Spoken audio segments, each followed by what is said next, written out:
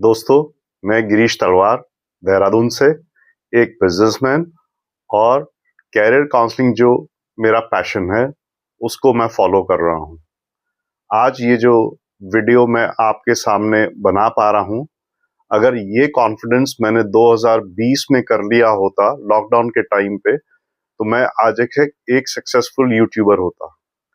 Camera facing की डर की वजह से मैंने वो जर्नी जो है बीच में छोड़ दी थी।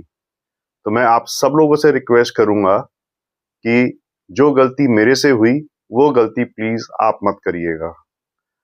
लास्ट ईयर आरजू की हैंड होल्डिंग और उनकी गाइडेंस से मैंने ये कॉन्फिडेंस गेन किया और ना सिर्फ वीडियो मेकिंग में, otherwise also she is a very good mentor.